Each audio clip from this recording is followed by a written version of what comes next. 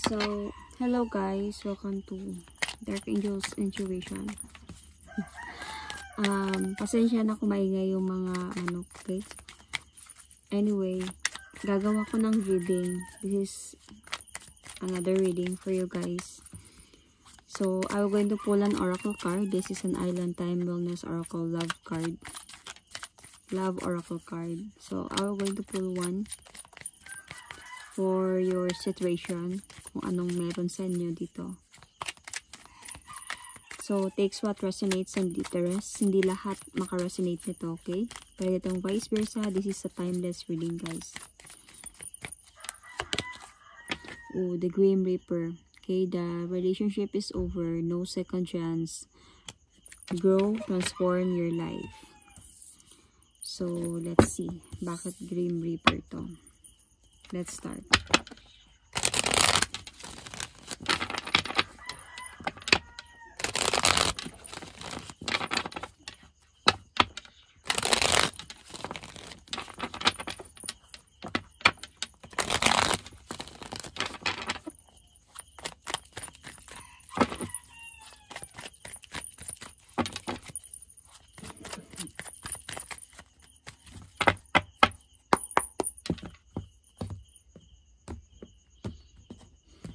So, tignan natin yung present situation ninyo. Somebody walk away emotionally from your relationship this time. Okay. So, the challenge here is paano ka makapag-move on. Okay. So, this person really offers you victory. Okay. You might be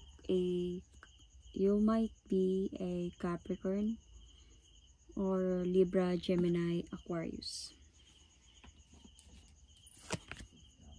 Okay, so let's see.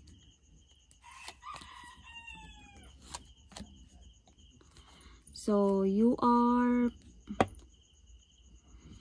the bottom of the deck here is the Ace of Coins. So the Ace of Coins this is a new beginning, but new beginnings parang it takes a lot of efforts, kind of new beginning.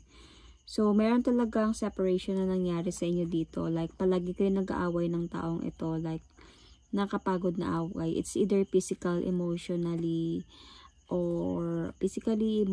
mentally, like drain, or sabihin natin na fight. So with the King of Wands here, it is like this person becomes so easy-washy for the situation, the relationship that you have. Knight of Wands here. So let's see. So for the present situation, Eight of Cups. Somebody walk away emotionally sa sitwasyon ninyong dalawa. Like there is really it's either ikaw to or your person, either way kung sino sa inyo ang umalis. Okay, so tignan natin yung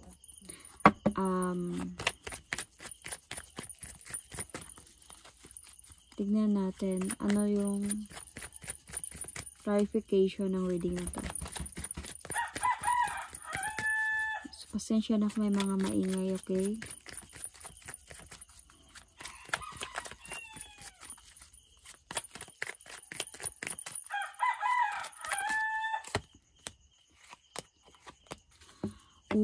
Okay, merong marriage involved dito. I can sense na this person, somebody betrays you. So, somebody betray you or your person, of course, niloko ka. Niloko ka ng person mo and parang sinaksak ka sa likod. Okay? This is so much pain, 10 of Swords. Okay? So, with the 8 of Pentacles here is seems like sobra kang nag-focus. It's either kayo yung married or sila. Kasi sobra kang nag-focus. Feeling ko married kayong dalawa. Kasi sobra kang nag-focus sa marriage ninyo dito eh. Nandito yung marriage card sa part mo. para lang magkaroon kayo ng new beginning ng person na to. Sobra kang nag-focus talaga. Then, itong person na to, niloko ka. Yes, you might be the married here. Niloko ka, nagkaroon ng kaibang relationship. Itong person, nagkaroon na siya ng ibang option sa buhay niya. Somebody, nagkaroon talaga siya dito ng iba. So, the challenge here is paano ka makapag-move on? Paano ka maging practical sa situation? Paano ka maging practical sa sarili mo? Pag sobra ka kasi nakafocus, ibig sabihin dito, sobra mo siyang minahal. Sobra mong binigay sa kanya talaga ang lahat sa marriage ninyong dalawa. Then, niloko ka. So, it's either ikaw yung umalis or siya yung umalis sa sitwasyon ninyong dalawa. So, Taurus sign is here, okay? Okay, sobra kang natatrap pa rin sa sitwasyon. Sobrang confusion. Parang ipit na ipit ka dahil dahil nga married kayong dalawa. Kung married to or very committed to, it doesn't need to be marriage. Pero, yung commitment talaga na sobra kang nag-expect into a serious commitment, it could be like that, okay? Hindi kailangan marriage lang to. So, this is for everyone actually. Okay? So, seems like your person don't care at all. Okay? Hindi kayo nag-uusap and ando sa point that you are very much disappointed. Okay? Kasi yung person mo, parang wala siyang pakialam sa mga, parang hindi niya inaatupag yung problem ninyong dalawa na ganito na. Okay, so, sobrang natatrap ka sa situation, ipit na ipit ka. Like, you are blindly fighting. You know what is happening, yet, parang seems like, nagpapakatanga ka, something like that. So, gusto mo na talaga ng makapag-move on, and this is your challenge. Okay, you are very much disappointed sa mga nangyayari. Like, feeling ko you're still inside your marriage or your relationship, pero nawawasak na kayong dalawa because of the third party. Okay, lagi na kayong nag-aaway. Yun na yung nakita ko kanina. Or sabihin natin na somebody walk away, pero hindi siya like totally nag-closure na we will going to be in separation or breakups. So, walang nangyaring ganon. So, para sa'yo, gusto mo na talaga na makapag-move on. Pero, sa hindi nyo pag-uusap ngayon, nahihirapan ka kasi siguro walang separation sa inyo and alam mo yung mga katotohanan, so naiipit ka sa sitwasyon that yung person mo is simply nagiging easy-go-lucky lang. So, para sa'yo dito naman, clear naman na para sa'yo yung separation ninyo as somebody walk away already. Okay? Clear na para sa'yo. Ang gusto mo na lang talaga dito is makapag-move on. Nang agad-agad, pero hindi naman ganun kadali, pero kasi alam mo na yung sitwasyon. So, gusto mo lang talaga dito is like yung hindi mo na ma-feel yung pain na binigay ng taong ito. So, in the distant past, this person really like offered you a victory. Okay, it's either you have engaged in this distant past. Nag-offer talaga siya sa'yo ng victory. Like marriage goes together, happiness together.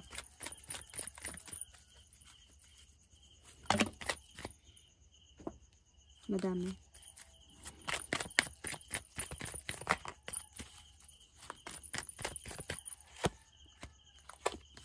So, nandun talaga sa point of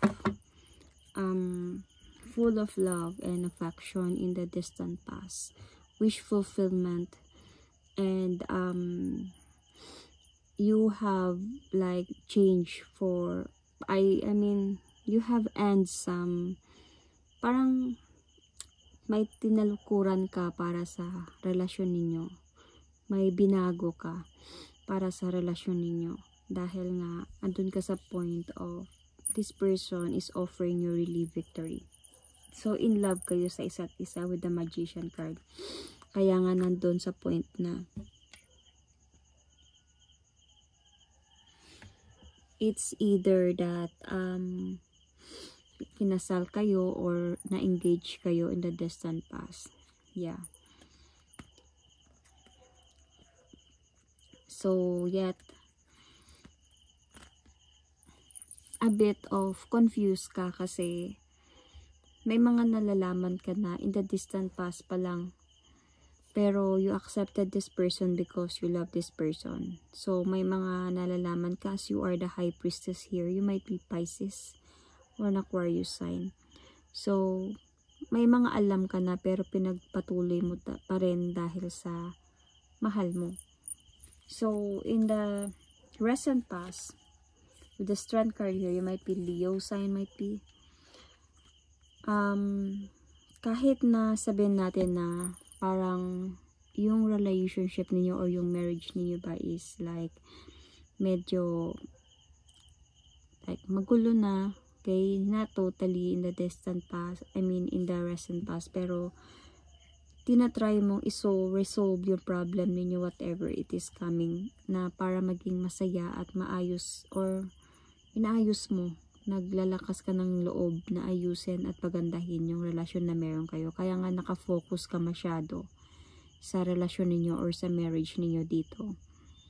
So, what happened in this present situation is, yun nga dahil sa sobrang focus mo that may nalalaman ka na nagkaroon to ng clarity sa'yo that this person betrays you.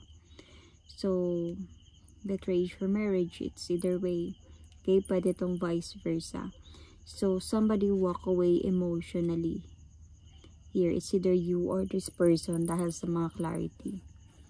So, for the best outcome here is this person really needs to be, kailangan niya maging matured sa sitwasyon. Kailangan niya humarap at manindigan sa mga nagawa niya. But might be siya yung umalis dito nang hindi nagpaalam, or siya yung umalis dito emotionally, hindi siya nanindigan sa mga kamalian niya. So, kasi ito yung best outcome kung paninindigan niya lang yung mga ginawa niya and ayusin niya yung problema ninyo. Is, I know, nakikita ko dito sa'yo na kaya mo siyang tanggapin ulit.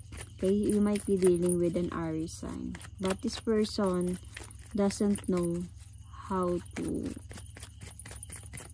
fix problem. Okay? Ando siya sa point pag hindi niya na-carry yung situation, umaalis siya or tumatahimik siya. See? This person might walk away. Okay? Ghosted, or sabihin natin na left you empty. Kaya for another woman or another man here, another relationship, yun yung problema dito. Kaya pala sobrang nasaktan ka sa sitwasyon dahil pinagpalit ka niya talaga. So for the best outcome here, kailangan niya sana na maging matured enough na harapin ka, whether to choose, to decide, whatever it is, kailangan maging matured enough siya para harapin yung problema na meron siya. Pero lalo siyang umalis at lalong ano to para sa iyo, confusion. Okay? Kaya nandito yung 8 of Swords, because alam mo na pala, nagtatanga-tangahan ka, sabihin natin na andun sa point na masakit para sa iyo, pero andun sa point, ito siguro yung naiisip mong best outcome. Kung panindigan ka lang niya, matatanggap mo pa siya ulit. Yun, kahit alam mo na yung totoo. So, but, the immediate future here, kailangan mo maging strong enough to cut off this with the Grim Reaper. Okay? You need to cut off and this situation dahil alam mo na kailangan mo maging strong dito to cut off the relationship or the marriage na meron kayo kasi hindi ka naman na inosente sa mga nangyayari sa unang-una pa lang. Kailangan maging strong person ka talaga dito. Okay, for the immediate future, this is for you. Para, of course, para maging hindi ka mahirapan makapag-move on. So, kasi yung ano dito kasi, yung factors that affecting your relationship is, kahit nagsasama pa kayo, I can sense that cold na yung relationship ninyo because of your person.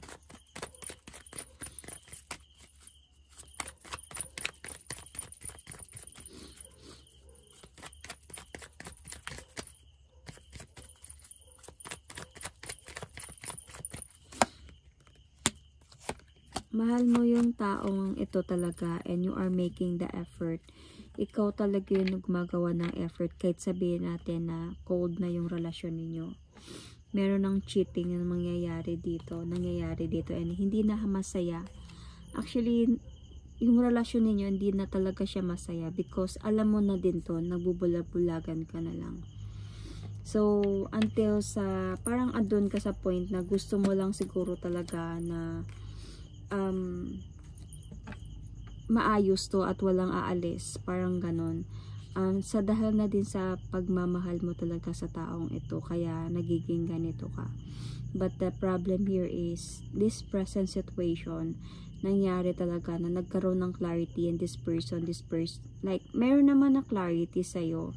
May naririnig ka na, may nalalaman ka na, but siguro hindi pa talaga yun, like, totally nakita mo or like naaktuhan mo either sa text, video calls or pictures or anything, pero this present meron talagang mga ganong something kaya sobra kang nasaktan. Pero yung factor dito na naka-apekto sa relationship ninyo is yung coldness ng relasyon. Nung time kasi parang naging cold na parang feeling of ano na siya, like death. Okay, so cold, parang malamig na, like sabi natin na dark na, like ando na sa point of ikaw na lang yung gumagalaw para sa relasyon na meron kayo. So the external influences here, mabigat na yung problema ninyong dalawa. Okay, so parang with the 10 of Wands, meron ng mabigat na problema sa inyo. Dinadala-dala mo na yung problema na seems like your person is not helping you to resolve your problem. Kasi siya is being so easy-go-lucky,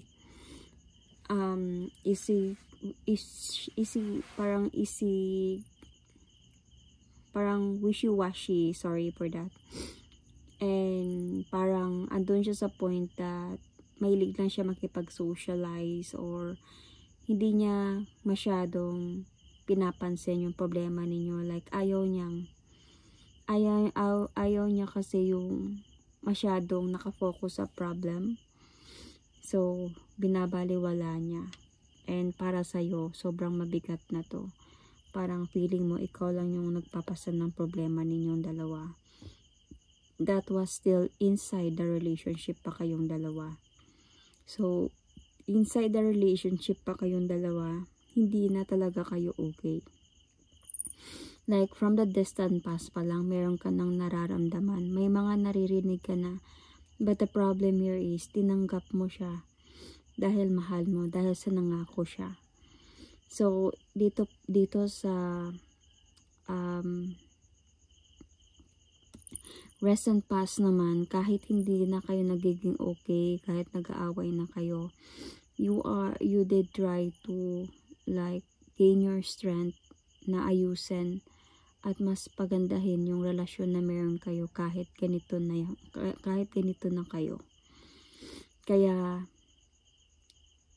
alam mo na to kasi alam mo, kung dati pa lang naging strong ka na, hindi na uneasy sa'yo. Okay? Hindi na mabigat sa'yo para makapag-move on. Hindi na to magiging challenge sa'yo dito. But the problem here is, nagbulag-bulagan ka because sa pagmamahal mo sa taong ito. Like, naging focus ka masyado sa relasyon ninyo, thinking or might be hoping for him or her na magbago dahil sa'yo. So, kaya ito yung nangyari this time.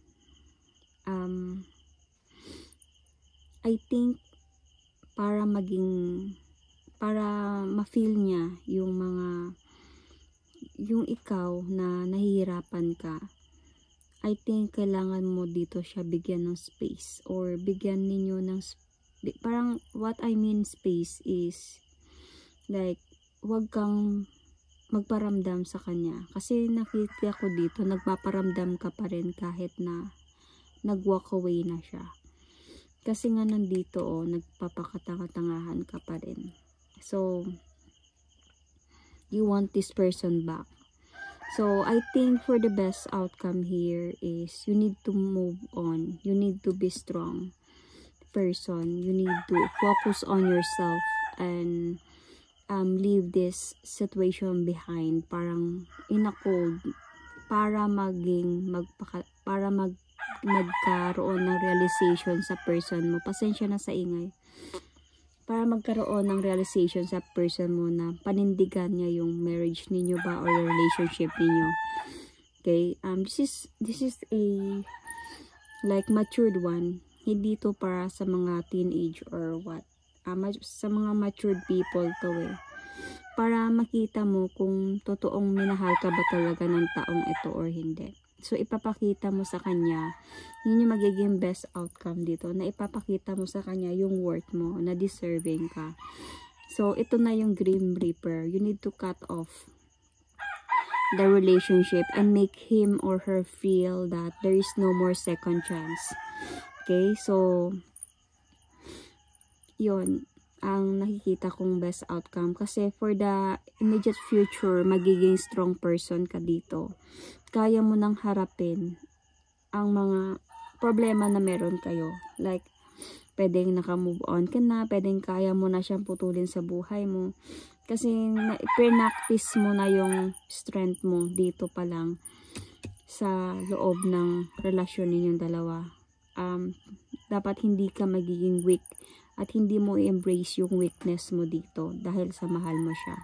Kasi lalo kang mahihirapan talaga. Mas mabigat pa yung dala-dala mong problema dito. Okay, so your hopes here and fear is you're hoping na makapag-decide ka talaga. Na makapag-move on ka na talaga and not to stay anymore. Okay, but your fear here as well is like yung hindi ka makapag-desisyon, yung mag-i-stay ka pa din, yung mahirapan ka makipag-desisyon because you love this person. Mahirapan ka makapag-move on. Yun yung takot mo dito. Paano pag hindi ako makapag-move on? Paano pag ganyan? So, kailangan mo lang talaga dito na magkaroon ng strength. Okay, ipakita mo sa person mo that there is no more second chance. Kung ito yung ginagawa mo sa akin nga noon, hindi mo na ito magagawa sa akin ngayon. I will going to not to fix this relationship anymore. Kasi parang nasasanay ka na din. So, let's see for this outcome. Bakit 2 of Coins to?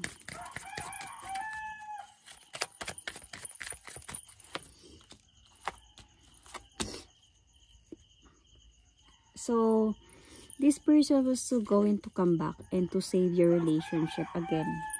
You know? Pero confused ka na dito kung papayag ka pa ba na ayusin pa to or hindi na. Kasi nga sa cheating na ginagawa ni person sa'yo.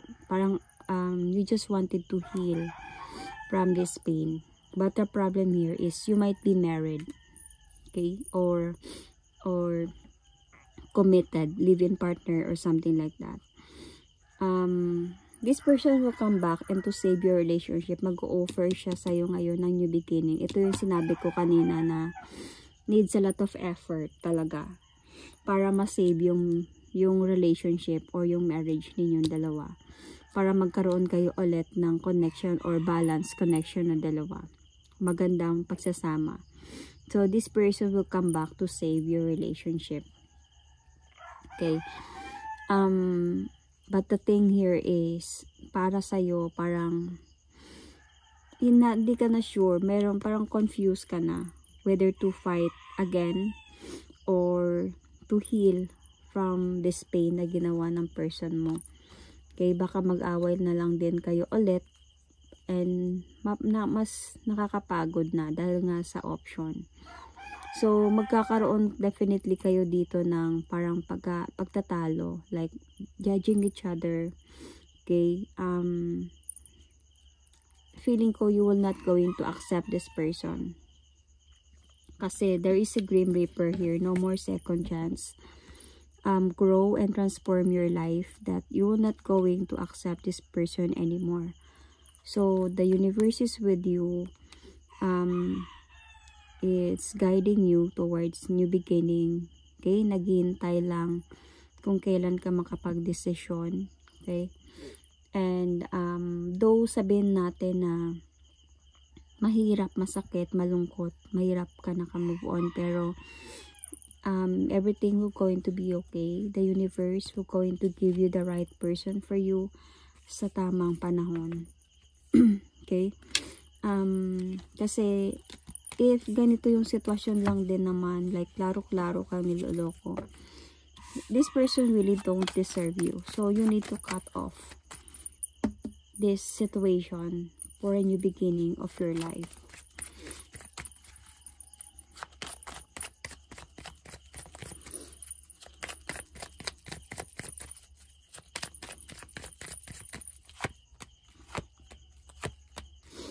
See? If you will stay on the pain, the loneliness, the sadness, if hindi ka makapag-move on, mahirapan ka lalo. Pag hindi mo tuldukan tong mga to, lalong masakit yung sitwasyon na to. Okay? Hindi ka makakatulog sa gabi. Magkakaroon ka ng depression. Like, something na nakakapagod, which is hindi lahat. May mga tinatago yung person mo na hindi lahat sinasabi na sa'yo. Like, andun sa point na palagi kang nagtatanong, meron ng insecurities, trust issue, jealousy. Nakakapagod to pag if you were going to try na makipag-ayos sa person na to. So, if hindi ka na sure, if meron na sa'yong like, parang naku-confuse ka na, okay, kung tatanggapin mo pa ba or hindi, then the cards just wanted to advise you or to tell you that stop accepting some person na hindi naman deserve sa buhay mo, kasi baka lalo ka lang masasaktan kung makipag-ayos ka dito. Kung hindi ka man sure dito, just go on and move forward. Okay, and focus ka sa self mo, self-care. Everything naman ending is yung self-love, self-care, self-growth. Focus on your goals, your dreams. Okay? Kasi in the right time will come, may darating para sa'yo. If you just trust the process. Okay? Kung may tiwala ka lang sa sarili mo. Okay? And may tiwala ka sa manifestation mo. So, but anyway, kung naka-resonate ka sa reading na to, nakadepende pa din yan sa'yo. Okay? Kung ano yung decision na gagawin mo. Kasi, nakikita ko dito, sobra mong minahal talaga yung taong ito. Like, willing ka pa to accept. Kaya nga, confused ka nung kung babalik itong person na to. Medyo mako-confuse ka dito kung tatanggapin mo pa ba siya or hindi. Kasi, ang ganda ng offer ng person na to. As in, ang ganda ulit. So, yun, kaya parang ginaid ka na ng universe na oops, hindi lahat ng maganda magiging maganda forever. So, try to not to accept. Mahirap pero kakayanin if sa iyo pa din yan, okay? So, you might be, or your person might be a Gemini. Taurus sign, Libra is here as well. Libra, Gemini, Aquarius. Okay. As I said earlier, ano yun? Pisces sign, Aquarius sign, Capricorn. Okay. Aries sign. What else ang nakita ko dito? Aries, Sagittarius, Leo. Taurus sign is here. Virgo sign is here as well.